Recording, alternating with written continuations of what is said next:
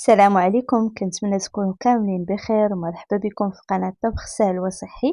في هذا الفيديو ان شاء الله غادي نحضر معكم كيكه اولا بسبوسه، سميوها كيف ما بغيتو، مقادير اللي بسيطه كتجي هشيشه بزاف والمذاق ديالها لذيذ ما تشبعوش منه.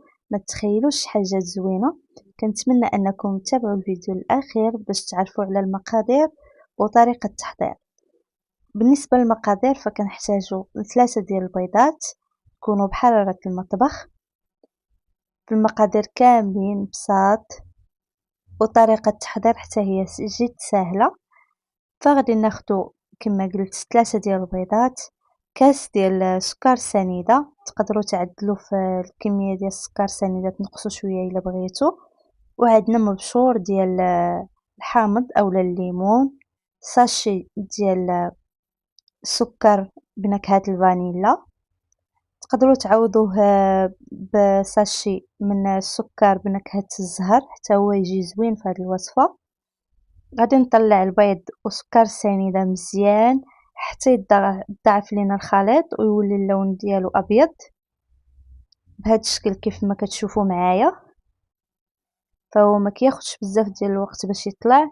تقدروا تستعملوا هذا الكاس ديال الخلاط الكهربائي حتى هو يعطيكم نفس النتيجه. كنحتاجوا الكأس ديال العنبه، عصير الليمون، الا ما كانش متوفر عندكم تقدروا تعوضوه باللبن حتى هو كيعطي نتيجه اللي زوينه في هذه الوصفه. غادي نبدا نخوي الليمون بشويه بالتدريج حتى كنكمل الكاس كامل. ومن بعد غادي نحتاجو كاس ديال زيت نباتيه ما يكونش عامر، وكنبقاو نخويو بالتدريج وحنا كنخلطو حتى كنكملو الكاس كامل. وما تنساوش الا كنتو اول مره كتدخلوا القناه ضغطوا على زر الاشتراك باش يوصلكم كل جديد ودعموا القناه ديالي. من بعد غادي نضيفو النواشف. عندنا كاس ديال العنبه من سميده رقيقه، السميد الناعم، كنضيفوه تدريجيا. هاد الكاس ديال السميده هو اللي كيخلي هاد الكيكه تكون مختلفه، كتجي بحال البسبوسه ولكن هي فيها خليط ما بين الفورص الدقيق الابيض والسميد الناعم.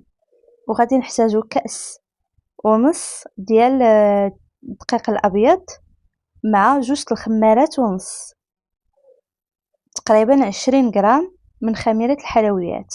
وكنضيفو بالتدريج وحنا كنخلطو غير بالخلاط اليدوي باش ما تهبطش لينا ديك الكيكه. الخليط ديال الكيك ما يهبطش لينا، كنحافظ على القوام ديالو، كنخلطو غير بشويه حتى كنحصلوا على خليط بهذا القوام كيف ما كتشوفوا معايا. وبالنسبه للمقادير فغادي تلقاوهم كاملين مكتوبين في صندوق الوصف بالتفصيل ان شاء الله. فهذه هي النتيجه. الخليط خاصو يكون بحال هكا، ما يكونش خفيف بزاف وفي نفس الوقت ما يكونش ثقيل بزاف. من بعد غادي نضيف 2 المعالق كبار عامرين ديال الكوك اولا جوز الهند، وغادي نخلط حتى يتجانس ليا مع الخليط ديال الكيك. كيجي المذاق ديال الكوك في هاد الكيكه زوين بزاف وكيعطي اضافه اللي زوينه. من بعد كناخدو المول اللي غادي ندخلوه الفران، كندهنوه بالزيت وكنرشوه بشويه ديال السميد الناعم وكنخويو الخليط ديالنا كامل. في هذه الاثناء كنديروا الفران يسخن على درجه الحراره اللي تكون متوسطه. ومن بعد ما ندخلو المول ديالنا نحاولوا نقصوا شويه من العافيه باش يطيب على خاطرو.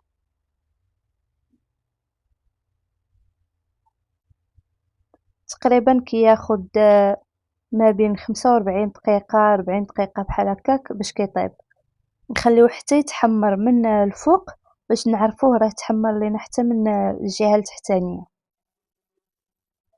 اما الا كان عندكم المول ديال الزاج فهو غادي يبين لكم حتى الشكل ديالو من التحت واش طاب ولا مازال. وهذا هو الكيك، راه كيجي لذيذ بزاف. كنتمنى تجربوه وينال الاعجاب ديالكم.